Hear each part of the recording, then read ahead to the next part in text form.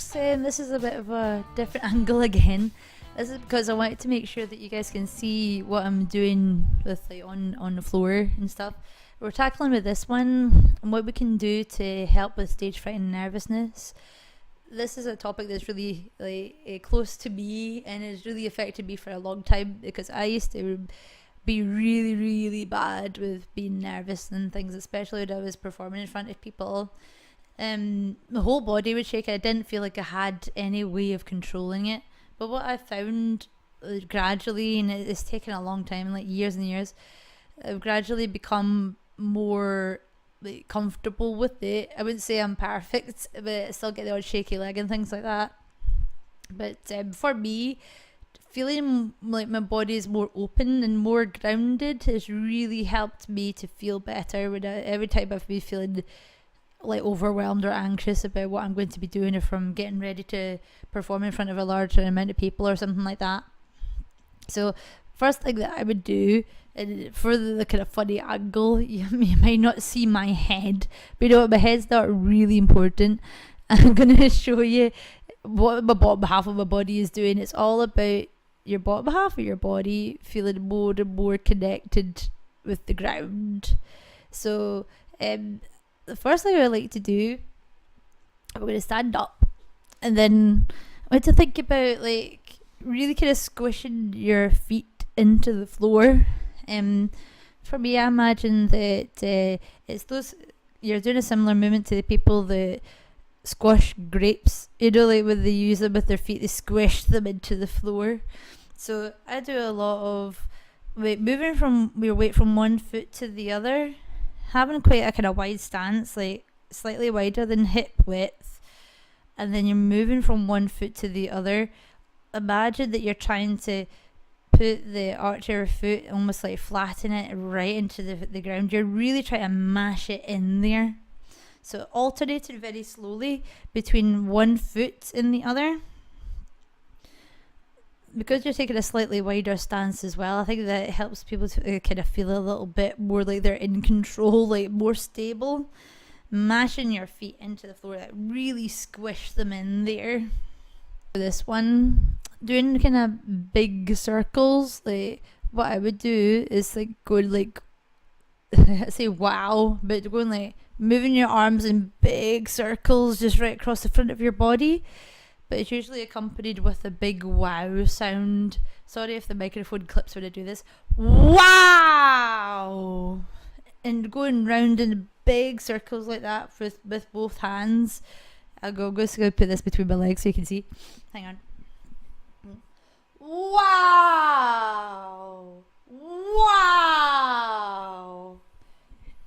I know it seems a wee bit silly, isn't it?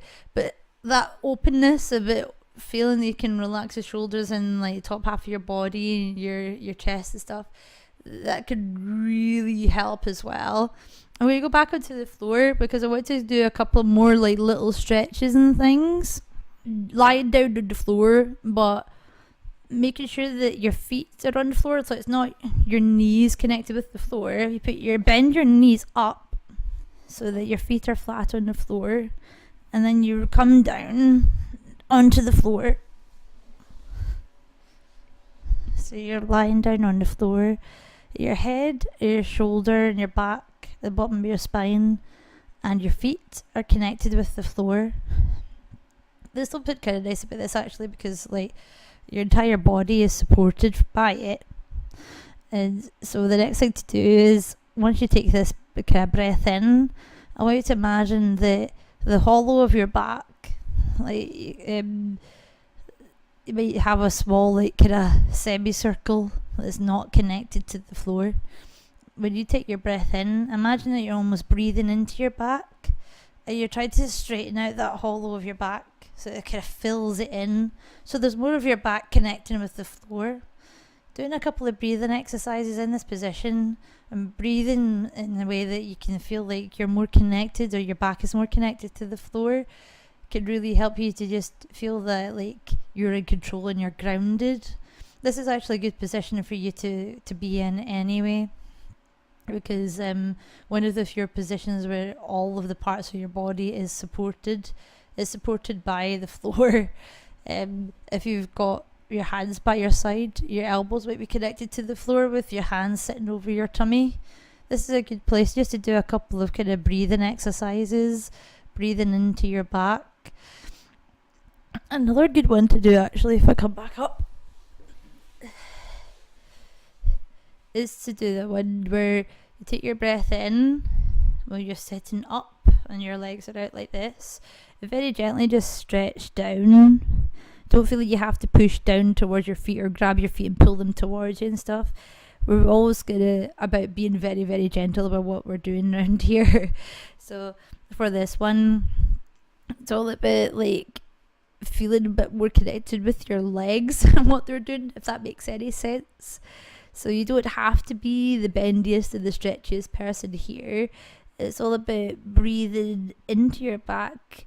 Using the being more aware of your back and your shoulder blades is a good thing, like I said before, because it can help you to feel like you're being a bit more centered.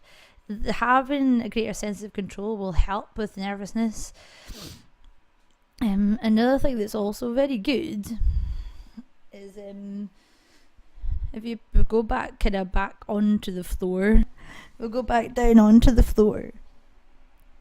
But this time, when we have our feet up on the floor, we bring our feet up, and we bring our knees up to our chest, hug them, and then gently like rock side to side while you're hugging your knees to your chest. That's also a good one, just to help you feel like you're relaxing around your back and things like that. But having these kind of like positions where you feel like you're being hugged by something, that'll help as well. So guys, I'll kind of reiterate some of our little things that help me. Really mashing your feet into the floor, putting your weight on one leg and the other. I should be very specific about what I mean by that, because it can be confusing.